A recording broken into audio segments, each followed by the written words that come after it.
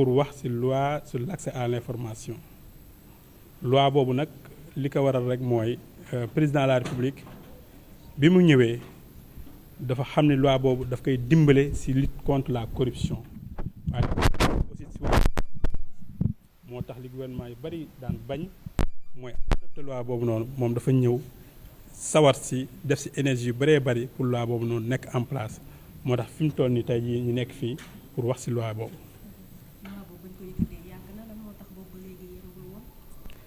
parce que président yi bokkuñu gouvernement yi bokkuñu te président bi fi nekk dafa bëgg transparence dafa bëgg bonne gouvernance ñëpp xam nañu loi bu sensible la te it boo ko mettee sur la place information yi yu bëree bëri ngay am te am na ñoo xam ne dañoo nëbb information yi noonu moo tax xëy na moo tax loi bi boobu léegi di sotteegul woon waaye président bi fi ñëw nekk lu bees moom da au contraire dafa bëgg ñu koy dimbali ci wàllu transparence ci wàllu corruption moo tax yéen journalistes yi yéen société civile bi ñun ñu nekk ci administration bi mu bëgg ñu ubbi bunt yu mel noonu pour ñu mën ko dimbale ci wàllu transparence maanaam dinañ ci gis. médias yi déjà gis nañ seen bopp ndax ba ñu koy tëgg médias yi société civile bi teew nañ fa administration bi teew nañ ci ku nekk indi nga xam wax ni nga xalaatee bañ tënk ko def ko benn document kon nag document buñ ko voté pare na nekk document boo xam ci ni ku ci société bi yépp ku ci nekk indi nga ci sa xam-xam. ban période ngeen ko fas yéene yóbbu ci kanamu pencum ndaw réew mi ñu daal di koy voté. pour information fi mu toll nii ñu wax ak yéen loi bi jógee na cour suprême bu yàgg ba amoon na avis favorable bi ñu jógee cour suprême it dem na SGG du gouvernement et incha allah fan yu néew de peut-être yaakaar nañ ne dana jàll conseil des ministres bu jàllee conseil des ministres ba ñu adopté ko ba pare nag mu daal ñëw assemblée nationale. bu ko defee yéen journalistes yi yéen société civile bi ñun administration bi ñu mën a am encadrement mën a accéder ci yenn information yi. ba pare di doxal suñu liggéey ba pare tey ñu protéger ñu. alors ban garantie ngay joxe que yëf yi dinañ ko mën a appliquer parce que am na yenn dëkk yoo xam ni am na fa Côte d'Ivoire mën a jege wala yenn dëkk yoo xam ne mën nañ ko lim garantie bi c'est quoi par exemple est-ce que ça sera appliqué à 100% une fois que cette loi a été votée au Sénégal. waaw xam nga administration bu si nekk dafa am nu muy doxee waaye garantie bi na am solo mooy motivation bu fekkee les gouvernants amuñu motivation application 100% du am.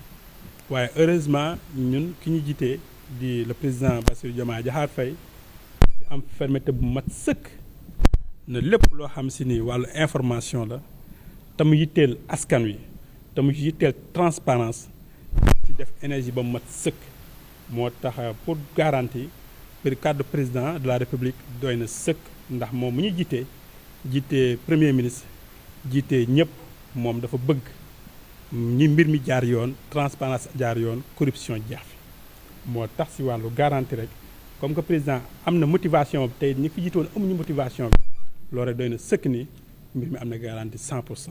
est-ce que l'administration a l'obligation aussi de mën a collaborer avec les médias yeneen yoo xam ne su boobaa.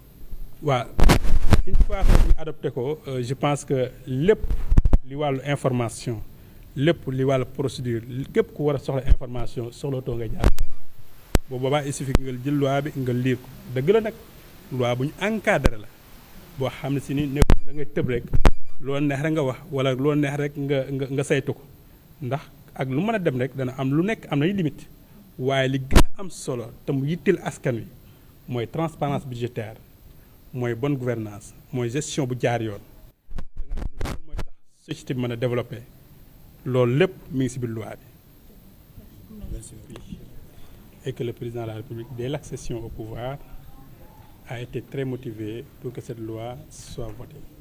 C'est pourquoi aujourd'hui, nous sommes là avec tous les médias, avec la société civile, pour relancer le processus d'adoption de la loi sur l'accès à l'information.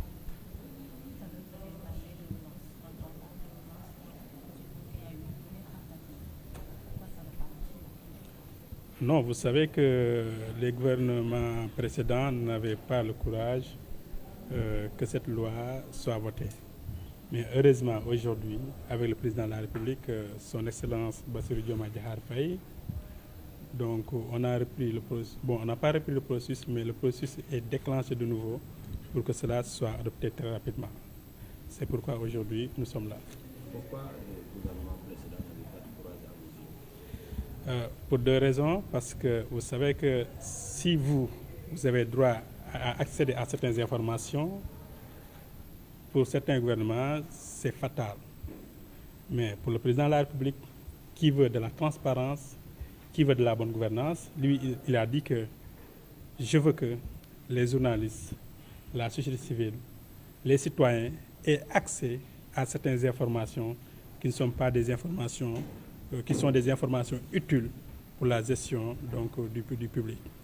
C'est pourquoi le gouvernement précédent n'avait pas le courage. Mais aujourd'hui, le président Bassirou Diomaye Diakhar Faye veut lutter contre la corruption, veut mettre en place la transparence. C'est pourquoi il met en exergue cette loi. D'accord. Avant le vote, est-ce que vous avez prévu de soumettre aux acteurs des médias la dernière mouture pour qu'ils puissent regarder si les intérêts des médias sont pris en compte dans ce projet de loi ou pas? Non, vous savez que pendant la rédaction de cette loi, tous les médias étaient représentés, la société civile également était représentée, l'administration était représentée et chacun a amené ses inputs. Donc cette loi qui sera en place sera une loi pour tous et avec la contribution de tous.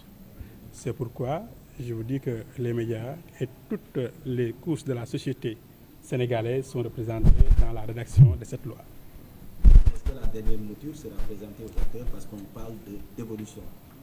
Mais absolument, une fois que la loi est votée, oui, ça sera présenté à tous les acteurs. Alors, quelle garantie également donner? On sait que dans certains pays, c'est des lois qui existent en Côte d'Ivoire, dans d'autres pays qu'on peut évoquer, mais que l'application de ces lois-là pose problème. Quelle garantie pour ce qui concerne le Sénégal? Est-ce que ça va être appliqué à 100%? Les médias pourront accéder à certaines informations qui sont peut-être dans le cadre public en tout cas.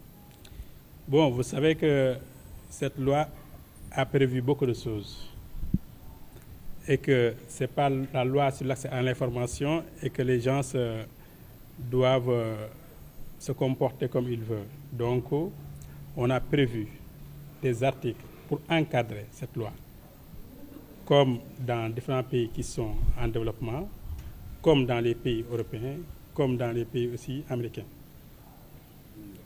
Est-ce qu'il y a des limites? Bon, vous savez que toute chose a des limites, évidemment. Voilà, toute chose a des limites. Et quel type d'informations pourront s'attendre à ce qu'on ne puisse pas avoir accès? Vous pouvez répéter votre question, s'il vous plaît? Quel type d'informations peut-on s'attendre à ne pas avoir l'accès?